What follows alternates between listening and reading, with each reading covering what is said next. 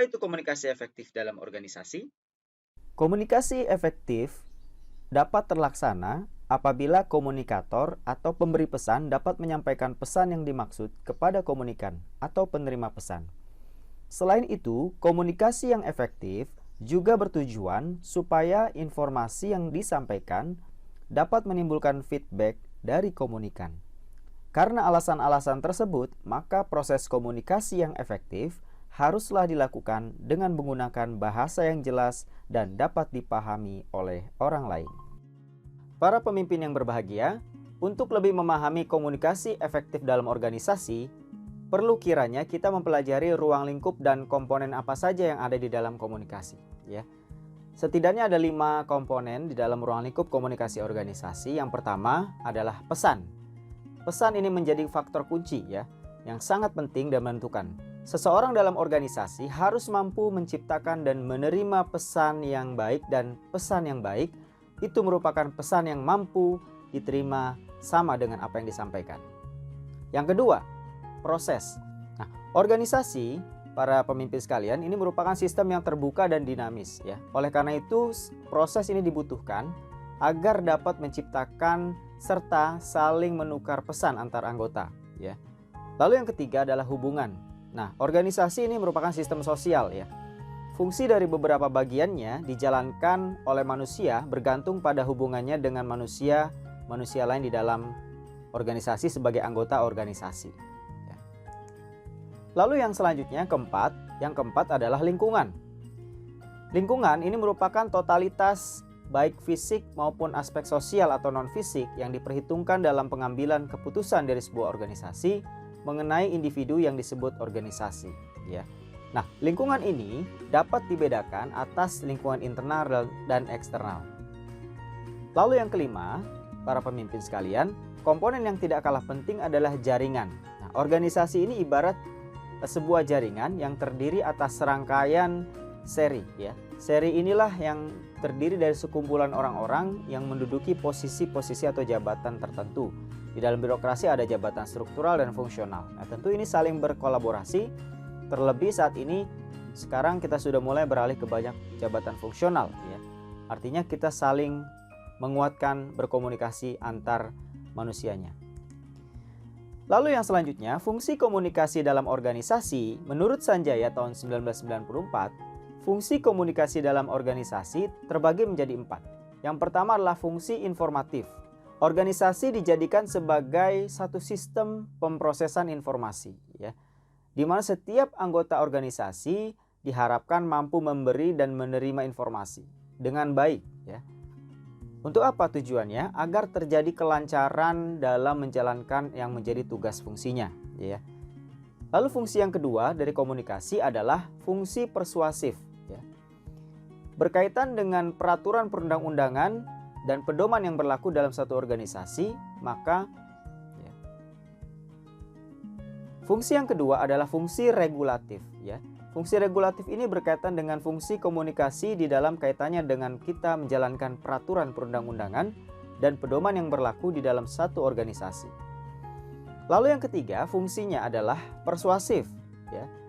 Ya, para pemimpin sekalian, fungsi persuasif ini merupakan fungsi perintah ya, di mana kebanyakan pemimpin organisasi lebih memilih menggunakan cara persuasif daripada perintah ya.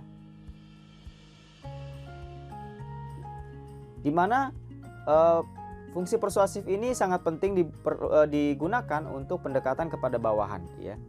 Hal ini dikarenakan asumsi kita terkait penggunaan cara yang lebih halus akan menyebabkan seseorang lebih menghargai suatu tugas yang dibebankan kepadanya ya. Jadi utamakan persuasif dalam menjalankan komunikasi. Lalu yang keempat adalah fungsi integratif ya. Fungsi integratif ini berkaitan dengan persediaan saluran ya, atau penyediaan saluran yang memungkinkan setiap anggota organisasi dapat melaksanakan tugas dan pekerjaannya dengan baik. Itu adalah 4 dari fungsi komunikasi dalam organisasi. Adapun indikator komunikasi efektif dalam komunikasi dalam organisasi itu merupakan kecepatan dan ketepatan suatu komunikasi yang tentu saja berkaitan erat dengan efektivitas komunikasi, ya. Oleh karena itu, kita bisa perhatikan para pemimpin sekalian, bagaimana contoh komunikasi yang efektif di dalam organisasi, ya. Nah, berikut ini ada beberapa contoh gambaran indikator dan komunikasi yang efektif, sehingga kita bisa mencoba menerapkannya dalam kehidupan kita sehari-hari, di dalam lingkup pekerjaan kita, ya. Yang pertama adalah komunikasi efektif itu tidak boleh keluar dari konteks. Nah, ini menarik, ya. Komunikasi organisasi ini kan pasti punya tujuan, ya, para pemimpin sekalian. Tujuannya sangat jelas sehingga membuat proses tersebut diharapkan tidak keluar konteks, ya. Distraksi yang mungkin saja terjadi akibat komunikasi yang tidak tepat, ya, yang ngalor ngidul kemana-mana gitu, ya. Ini bisa dipengaruhi atau mempengaruhi hal-hal lain yang menyebabkan informasi tidak tersampaikan dengan tepat, ya. Contohnya, ketika kita akan mengkoordinasikan mengenai jalannya satu rapat, ya, maka hindari untuk menyelingi dengan candaan-candaan yang tidak penting, yang tidak sesuai dengan konteksnya, ya. Lalu yang kedua, indikator komunikasi efektif dalam organisasi adalah penggunaan kalimat yang sederhana, ya. Nah, tentu kalimat sederhana ini mengandung makna bahwa komunikasi akan dilakukan hendaknya tidak terlalu bertele-tele, ya.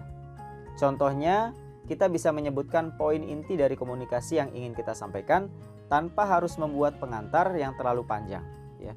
Kita bisa mendalami ini dengan mengetahui konsep komunikasi dalam organisasi. Nah, jadi kalau kita sedang berbicara pada saat rapat terutama, ya, atau sedang melobi seseorang, maka kita gunakan komunikasi yang kalimat-kalimat yang sederhana, yang tepat, sehingga tidak menyimpang.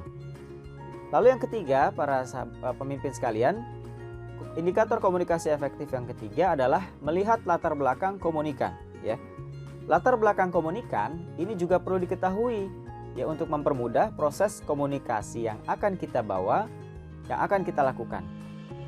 Termasuk para pemimpin sekalian harus perhatikan bahasa apa yang digunakan, ya, oleh komunikan. Termasuk adakah hal-hal tertentu yang perlu diperhatikan selama berkomunikasi dengannya.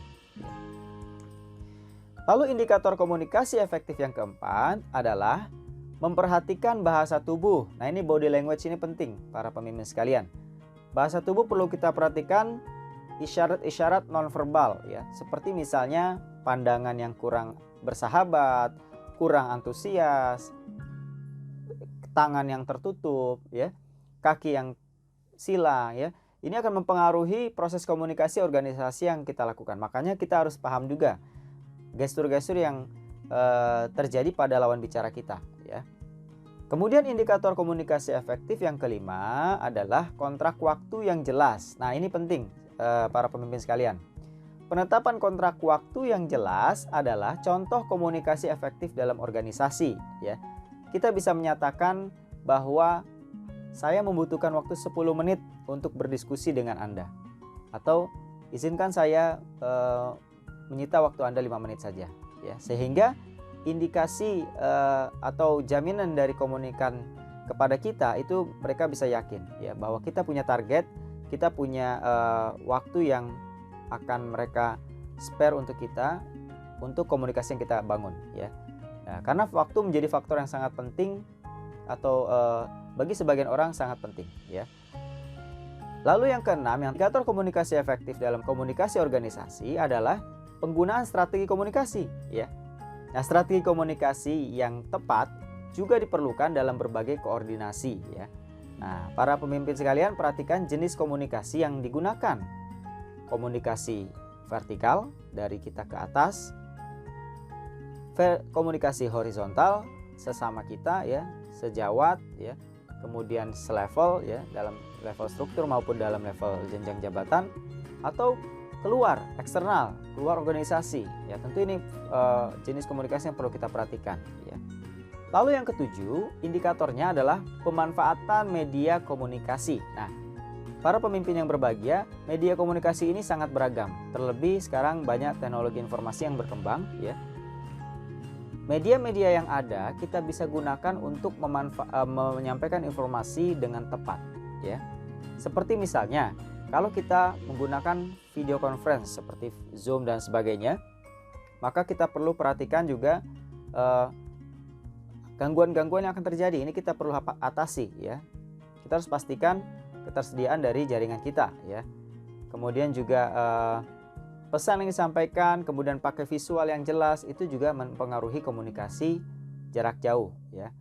Informasi penting yang sifatnya segera juga perlu disampaikan, tapi terhalang jarak. Nah, ini bisa kita gunakan media video conference. Dan masih banyak lagi media komunikasi lainnya. Lalu yang kedelapan, para pemimpin sekalian, terakhir adalah indikatornya adalah evaluasi komunikasi. Jadi setelah para pemimpin melakukan komunikasi, jangan merasa puas ya. Perlu dievaluasi. Maka dicek kembali validasi informasi baik yang sudah dikirimkan maupun yang sudah diterima. Apakah sama atau ada perbedaan ya. Hal ini penting karena kalau ada perbedaan maka perlu ada klarifikasi lanjutan ya. Kita perlu mengecek apakah komunikan kita atau orang yang kita ajak bicara memahami maksud kita, maka kita perlu pastikan feedbacknya juga sesuai dengan yang kita harapkan.